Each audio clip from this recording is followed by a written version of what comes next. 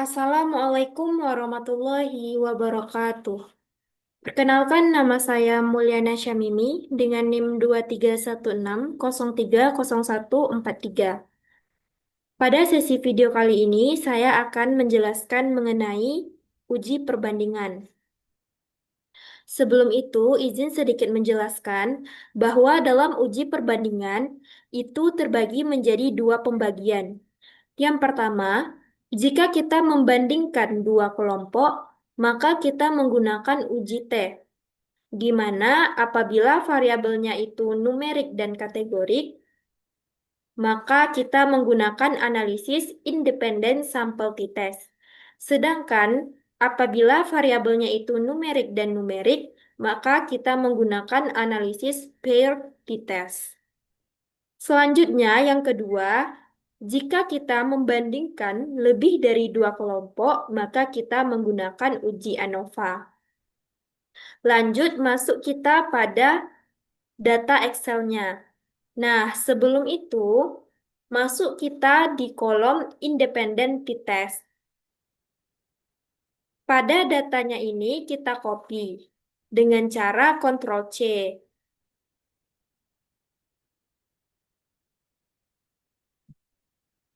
Lalu, masuk kita ke software SPSS dan kita paste dia dengan cara paste with variable names.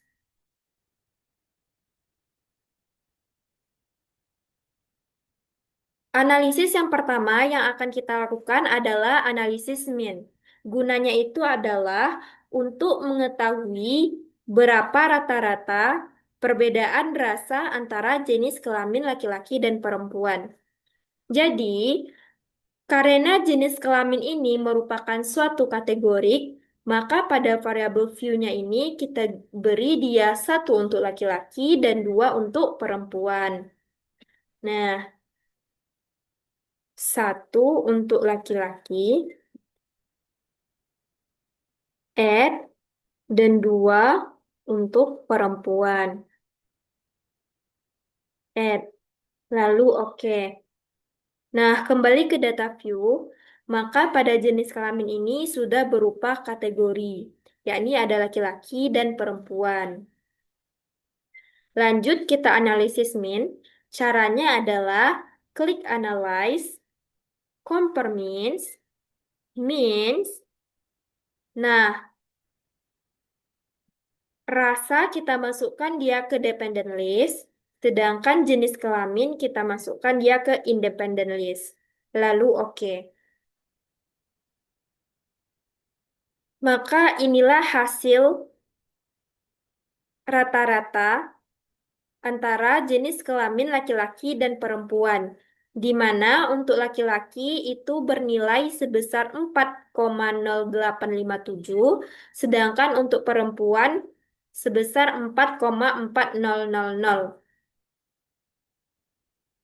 Lanjut, kita analisis independent sample t-test.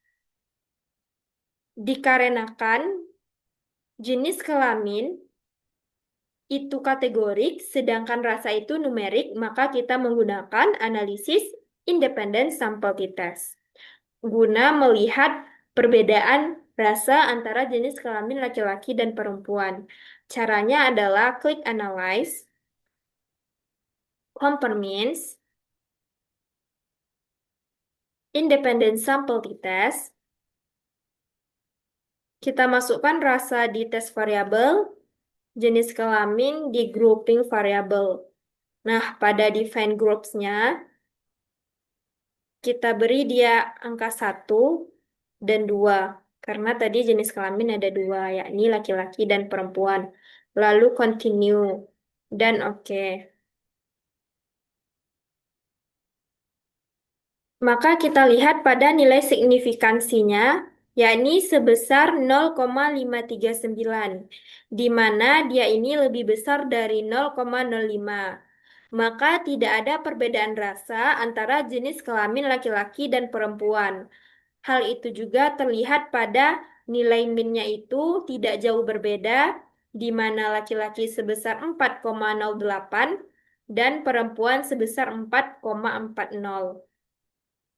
Lanjut, kita kembali ke data Excel-nya. Nah, itu adalah uji t-test. Lanjut pada uji T berpasangan.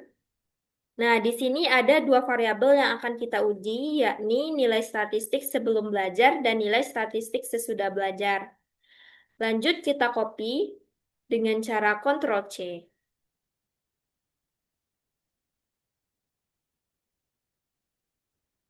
Lalu kita pindahkan data ini ke software SPSS.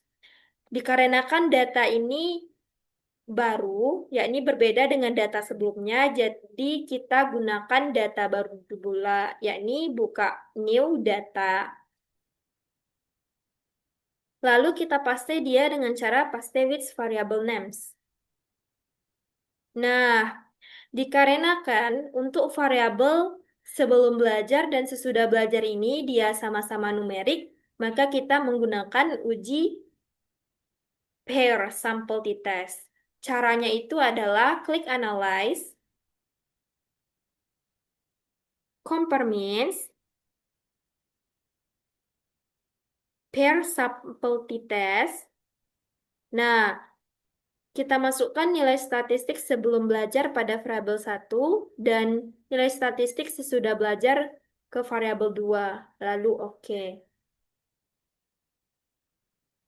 Nah, dapat terlihat pada per sampel t-testnya itu nilai signifikansinya itu sebesar 0,000, di mana dia itu lebih kecil dari 0,05.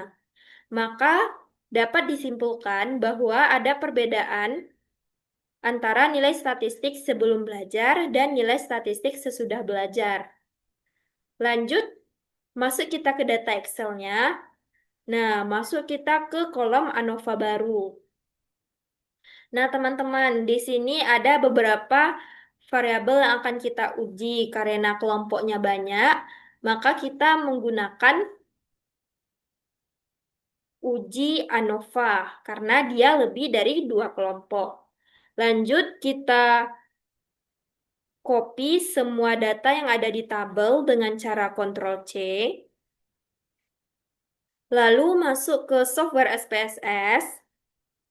Nah, karena data ini juga baru, maka kita masuk ke File, New, dan klik Data untuk pindah ke data yang baru ya. Lanjut kita paste dia dengan menggunakan paste with variable names. Nah, pada variable view, pada bagian e-commerce ini, values-nya kita kasih dia 1 untuk Shopee, lalu add, 2 untuk Tokopedia, add, 3 untuk Lazada, add, 4 untuk Bukalapak, dan 5 untuk Blibli. Nah, jadi ada 5 e-commerce nih yang akan kita bandingkan. Add dan oke. Nah, jadi pada uji ANOVA ini kita akan melihat perbedaan antara beberapa e-commerce terhadap beberapa penjualan produk, yakni ada baju, sepatu, sandal, tas, dan celana. Caranya itu adalah yang pertama kita klik Analyze, Compare Means, One Way ANOVA. Nah, untuk variabel baju, sepatu, sendal, tas, dan celana, kita masukkan dia ke dependent list. Sedangkan untuk e-commerce, kita masukkan dia ke faktor. Pada bagian options, kita centang deskriptif dan homogeneity of variancy test. Lalu continue. Sedangkan pada bagian post hoc, kita centang LSD. Continue. Lalu oke. Nah, inilah hasil dari uji ANOVA-nya. Nah, dapat dilihat bahwa pada penjualan baju di e-commerce Shopee itu lebih banyak dibandingkan Tokopedia, Lazada, Bukalapak, Blibli. Nah, begitu juga dengan sepatu, sendal, tas, dan celana. Jadi, lebih banyak penjualan produknya itu di e-commerce Shopee ya, teman-teman. Nah, selanjutnya kita lihat apakah ada perbedaan atau tidak antara penjualan produk di beberapa e-commerce tersebut. Caranya itu adalah kita lihat pada post hoc testnya. Nah, di sini terlihat bahwa penjualan baju antara Shopee dengan Tokopedia itu sebesar nilai signifikannya itu sebesar 0,969, di mana dia itu lebih besar dari 0,05. Maka tidak ada perbedaan antara penjualan baju di Shopee dan Tokopedia.